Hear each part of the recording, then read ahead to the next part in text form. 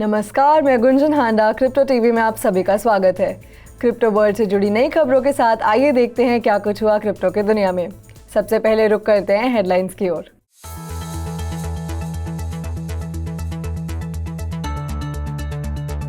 सरकार foreign crypto trade पर reverse charge का कर रही है विचार। क्रिप्टो करेंसीज ने बनाई रखी बढ़त, बिटकॉइन रहा $30,000 से ऊपर स्थिर।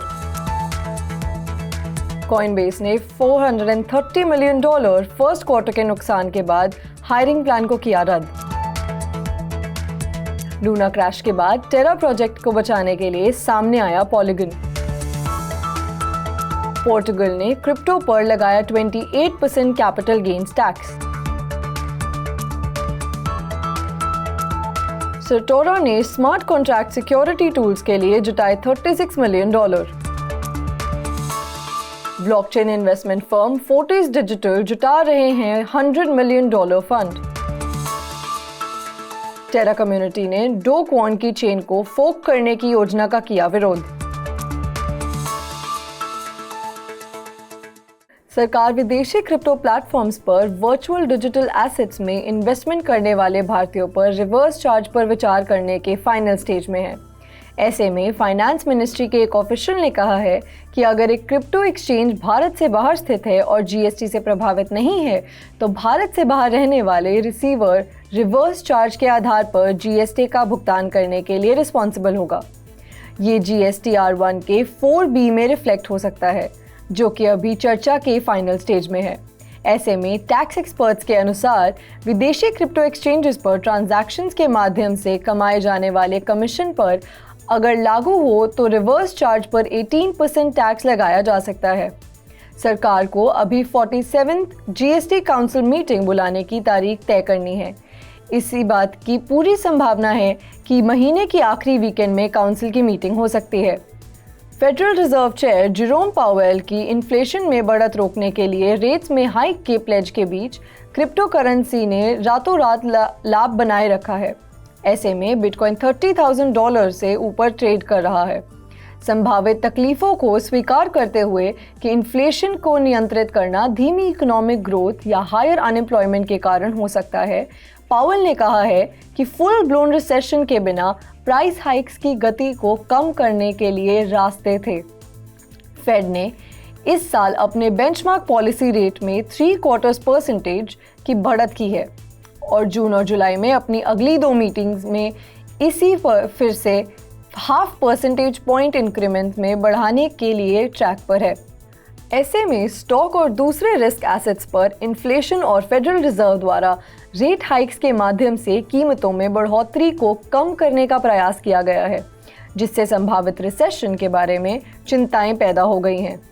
इन सब के बीच बिटकॉइन को हाल ही में पिछले 24 घंटे में 8% की बढ़त के साथ $30,400 पर ट्रेड करते देखा गया, जबकि ईथर ने 2% की बढ़त के साथ $2,000 पर ट्रेड किया।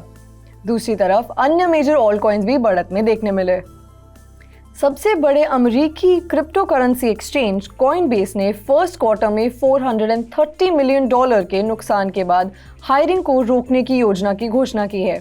ये कदम कॉइनबेस की इस साल की शुरुआत में अपने कर्मचारियों की संख्या को 3 गुना करने की योजना से हटकर है।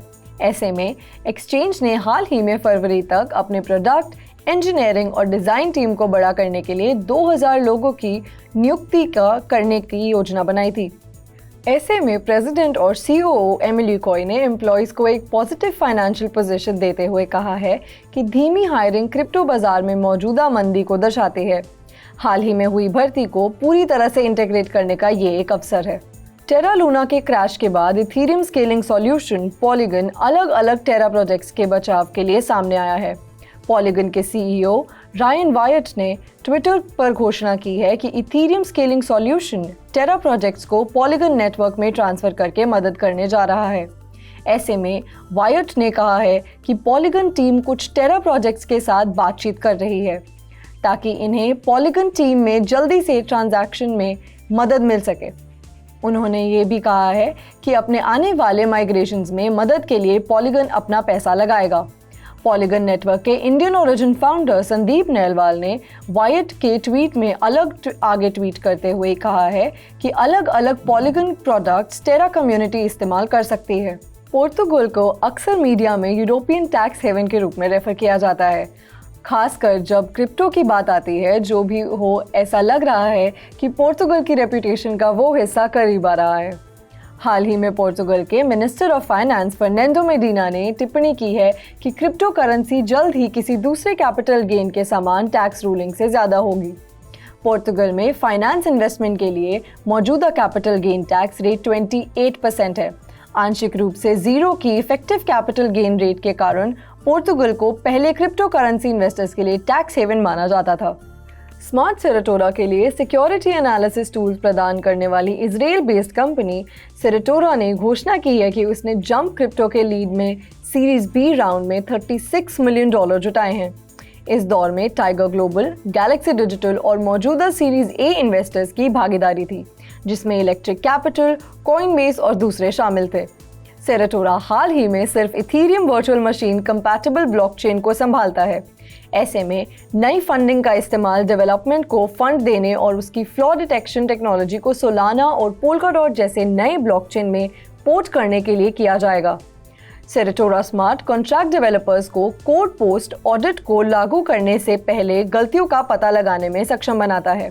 आवे बैलेंसर, कंपाउंड फाइनेंस, मेकरडाओ, सुशी और अन्य सहित डीफाई प्रोटोकॉल कोड ऑडिट पूरा होने के बाद फाइनल चेक पॉइंट के रूप में लॉन्च से पहले अपने स्मार्ट कॉन्ट्रैक्ट्स को बग से बचाने के लिए सेरेटोरा का इस्तेमाल करते हैं। Blockchain investment firm forties digital ventures एक डिजिटल एसेट फंड के लिए एक ऑल्टकॉइन फोकस के साथ $100 मिलियन जुटा रहा है, जिसका एम ट्रेडिशनल और डीफाई के बीच में खाई को खत्म करना है। फंड के लिए क्लाइंट के पास इन्वेस्ट करने के लिए कम से कम $2.5 मिलियन का नेटवर्थ होना जरूरी है। फर्म ने कहा है कि हालांकि बिटकॉइन अभी भी एक सॉलिड इन्वेस्टमेंट बना हुआ है, लेकिन इसमें सिग्निफिकेंट ग्रोथ पोटेंशियल का अभाव है, जो दूसरे अत्याधुनिक ऑल्ट कॉइन्स प्रदान कर सकते हैं। बता दें कि फर्म की स्थापना फोर्टीज फाइनेंशियल ग्रुप के मैनेजिंग पार्टनर्स द्वारा की गई थी, जो Seattle based registered investment advisers है, जिसके पास मैनेजमेंट की तहत एसेट में लगभग $250 मिलियन है। फोर्टीज फाइनेंशियल में वेल्थ मैनेजमेंट को लीड करने वाले बोरोक का मानना है कि ब्लॉकचेन इकोसिस्टम द्वारा बनाई गई क्षमताएं और मूल्य ग्लोबल जीडीपी को गति देंगे और उथल-पुथल और इनोवेशन के एक नए युग की शुरुआत करेंगे। आज के लिए बस इतना ही। क्रिप्टो वर्ल्ड से जुड़ी नई खबरों के साथ बने रहिए क्रिप्टो टीवी के साथ। तब तक के लिए मैं गुंजन हांडा आपसे विदा लेती हूँ। नमस्कार।